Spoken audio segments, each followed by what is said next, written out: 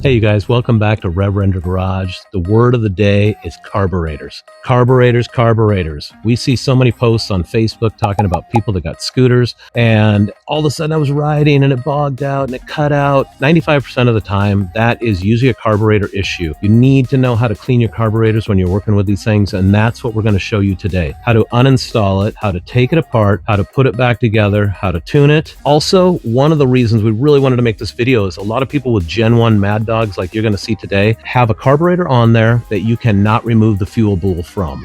If that is the case on your scooter, you might as well just order a new carburetor now. We're going to show you what that looks like in today's video, so you know what to look for. We're also going to show you how to take one of these actual carburetors apart, so when you do get the right one, you can clean it and maintain it the way it should be.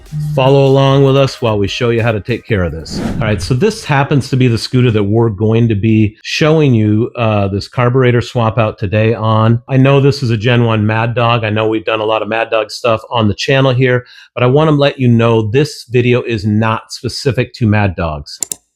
This scooter, for instance, is a 2023 Bali X Pro, but it's a 150cc. It takes the exact same GY6 engine as the Blue Mad Dog we're going to be working on today. If you watch the video on our surface rust removal, that silver Cadillac scooter we had, exact same GY6 engine and carburetor setup. This is a carburetor clean for a number of different scooters. All right, so for us to get started today, we need to remove a few things to make it easier on ourselves. You're going to want to do this too. It would be easy enough to just flop this seat back. We're going to go ahead and remove the entire thing today just because it's going to make it easier for us to show you what we're doing. We do also need to remove this under seat pan right here. These two bolts right here are for the fuel pump.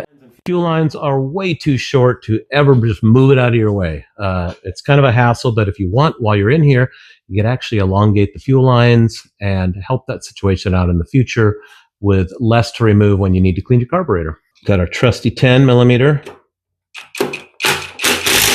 All right, we're going to remove these two 10 millimeter nuts right here. We've got some hose clamps back here. All right. I'm actually just going to remove this S air intake pipe right here. We are going to be doing an entire redo on this scooter. I just haven't totally decided what I want to do to it yet, but one thing is for sure, I need to change out this carburetor. So we've just lifted the carburetor and the little elbow pipe off of there. Those are the two intake tube. Yeah, the intake tube off of there with the two 10 millimeter nuts that we're holding it on. Now we need to disconnect the vacuum lines. Okay, there is one vacuum line. This one, rather than taking this one off the carburetor, just take it off right here. It's way easier. Okay, there we go. We also need I believe a 12 millimeter wrench. We've got to take the throttle cable off of here. So you can slide this rubber boot down. I'm going to get a little screwdriver in there to hopefully separate it. There we go. So once you get that rubber boot off there, we're going to screw that nut all the way off. You're going to take, and this is spring loaded right here. So you're going to take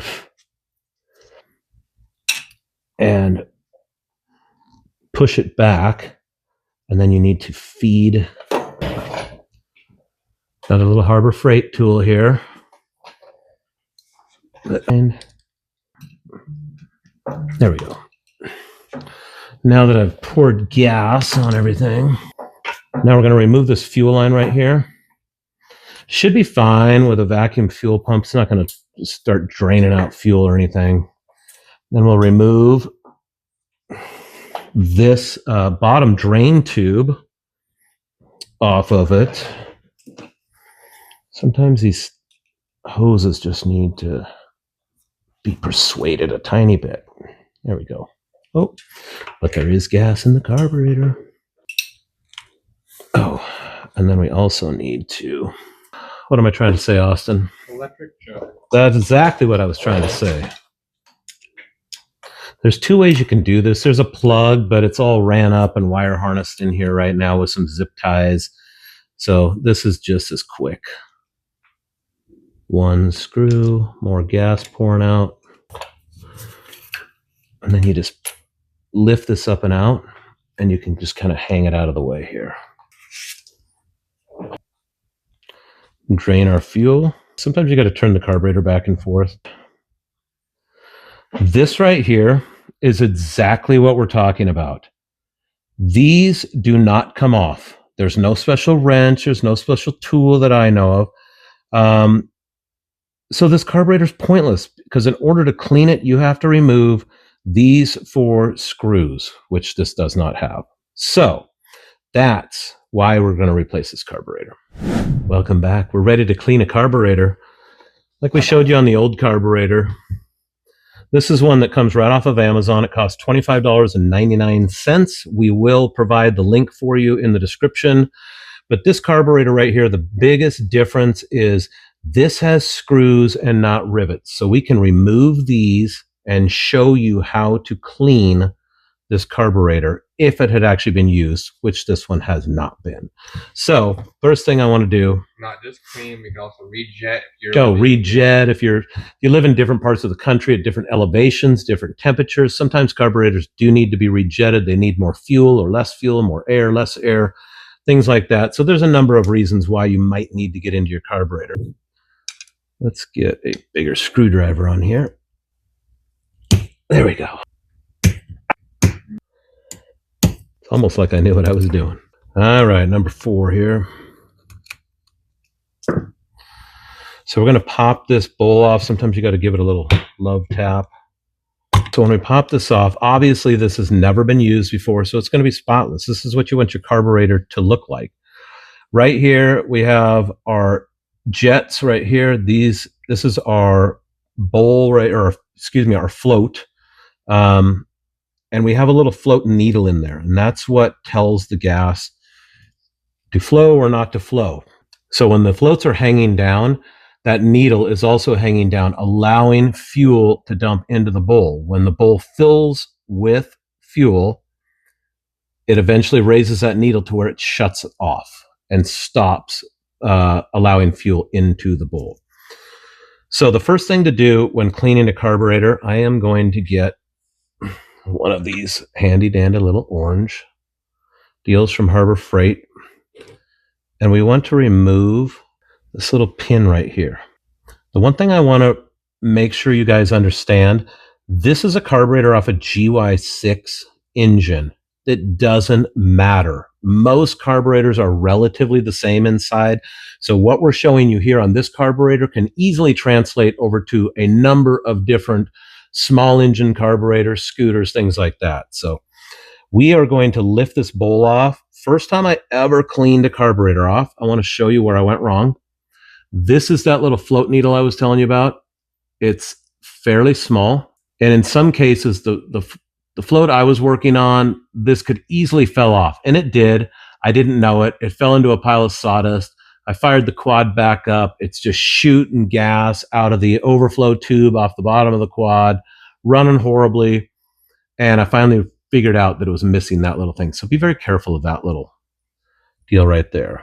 A lot of them, they'll just come right off. So when we go to clean a carburetor right here, most of the time I think carburetors are in decent enough shape. You don't have to really deep clean them. I need a different flathead screwdriver. Let's just, all right, so these have little, oh, don't do that. These have little holes in them, and you need to make sure that every single one of those holes is clean, because that's where the fuel comes out. Now, obviously, these are going to be clean. Actually, I should not say that.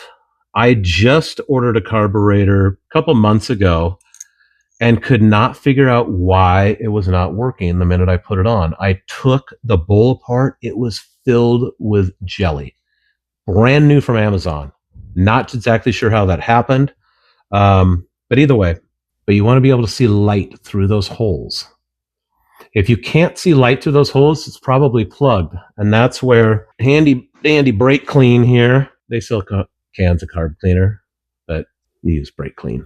What I like to do is plug one end with this finger and try and get the tip right in the top hole there. Put eye protection on when you do this. You don't want this stuff in your eye. It doesn't feel the best. But either way, you would just shoot it, and you want to make sure that brake clean is coming out of all those holes. Once that has been done, we can reinstall this, if I can get the screwdriver on there. The other thing I do too is I'm going to take this brake clean. I'm going to put it in right into where the fuel goes in. I'm going to shoot it in there. When these jets are removed, I'm going to spray it through here. I'm going to spray it in that jet. You can spray the stuff in any orifice in here just to make sure it's clean. You don't need to remove the air fuel mixture screw or any other things on here, but we're just trying to make sure it's as spotless as it can be. Things are flowing through where they need to flow through. So this one right here, you're just making sure that that hole is unplugged. It is unplugged. So once everything's clean, we're going to reassemble the bowl here. Not too hard. This brass looking plug right here, this chamber right here, is what fits that little float needle in there. So we're going to make sure the float needle goes in, and then we just need to line up the holes for this pin. You can usually just wiggle it back and forth, just like that. So it's going to fit on like this. Always make sure all the gaskets are nice and clean. There we go. Just wasn't seated properly. As soon as I get these screws, or while I'm putting the screws in, I wanted to talk to you about another issue with some of these carburetors. Not only do some of these carburetors have no screws on the bottom, they're just riveted on the fuel bowls. Some of them have a brass or silver plug over your air fuel mixture screw. This is very important to know because I was looking at one of my, I can't even find the air fuel mixture screw. Lo and behold, you have to take a tiny drill bit, drill a tiny little hole in that, and man, guess what? Grab one of your orange tools from Harbor Freight and just pop it in there, pull that plug off, and it will expose the air fuel mixture screw. So I did a little reading on that, and they say it's the companies do that to plug it to abide by certain emissions and other regulations like that. So it's not there. It is there. You just got to uncover it. So if you run into that situation, that's where your air fuel mixture screw should be. See where it's in relation to your electronic choke here. Same side. Electronic choke is basically just pointing down at that screw. So let us put these other two screws in really quick, and then we'll get back to reinstalling this. All right, so Shane got the bowl fully reassembled and screwed back together. Then I went and took the electronic choke off because we still had the one sitting on the bike that we didn't want to unwire. So let's get to putting this thing together. I'm also going to be taking some of the vacuum lines that come on this thing off, as we already have our own. I don't know if that's going to be long enough, but we'll see. All right, so I think that should be good. We got our drain right here down at the very bottom. Clamps. Okay. Vacuum fuel pump. Hang that up here. Fuel filter off the bottom. We'll go into the main fuel. Move this clamp out the way. That's good to go. We'll grab our intake off the old carburetor. Just a quick transfer. It's nice, you know, that lines up because it's got two little nubs right there that go right onto the carburetor. Can't really mess that one up. This went to this. And then we got this that goes to this. All right. So unfortunately, our microphones went out. So we are overdubbing the audio right now to let you know what's going on. This is your main vacuum lines that are getting hooked up. That is your vacuum pump right there. So you want to pay attention to where these vacuum lines go to. There's your electronic choke that we're putting on right now. So we're putting the electronic choke on, and as he's doing this, he notices he's never going to get the carburetor fit into there with the electronic choke on. So we're going to put the carburetor on first and then try the electronic choke. So here he is putting the carburetor on there. We're just seating it with no bolts right now. Here we have your throttle cable. You're just going to thread that nut back up to hold it in place. It's a spring-loaded deal that the cable fits onto. So you're going to see him twist that back to be able to feed the cable through it. So now we're putting the electronic choke on. There is a certain way to put this on.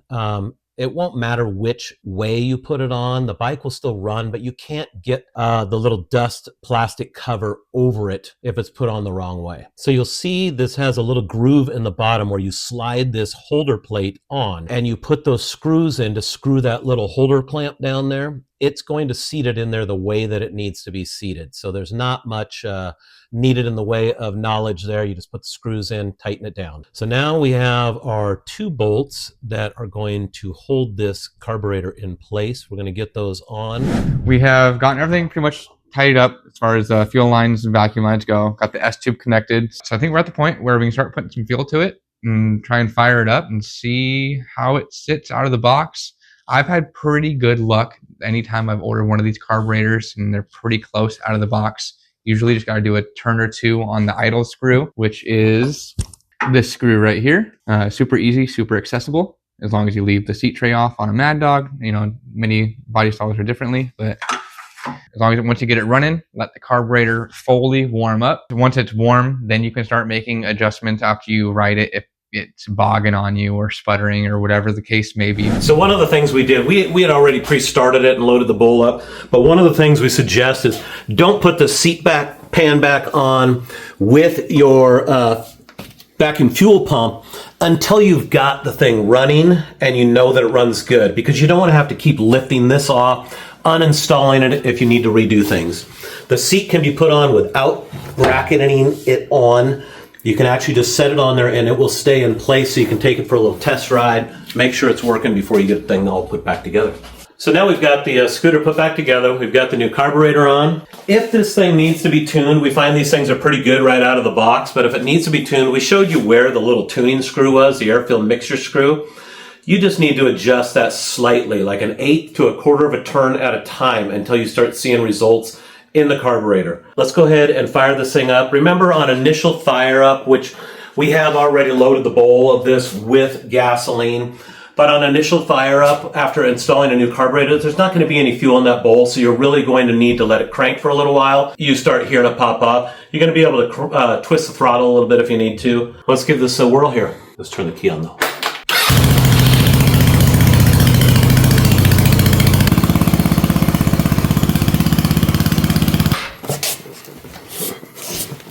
So again, if you need to adjust the the air-filled mixture, it is right here. Right where my finger is, there's a little brass colored screw in there. All right, if it is a matter of the bike's just not running right at all, and you need to start over on the entire tune, turn that air-filled mixture screw all the way in until it stops. Back it out about 2 full turns to 2.5 full turns will be a pretty good place to start. All right, guys, thanks for watching. Remember, this video covers all kinds of carburetors and scooters. Just because this is a Ice Bear Mad Dog doesn't mean that you're not going to have success cleaning your own carburetor off this video. Thanks for watching. Remember, like, subscribe, and share with all your friends. Until next time, Rev Render out.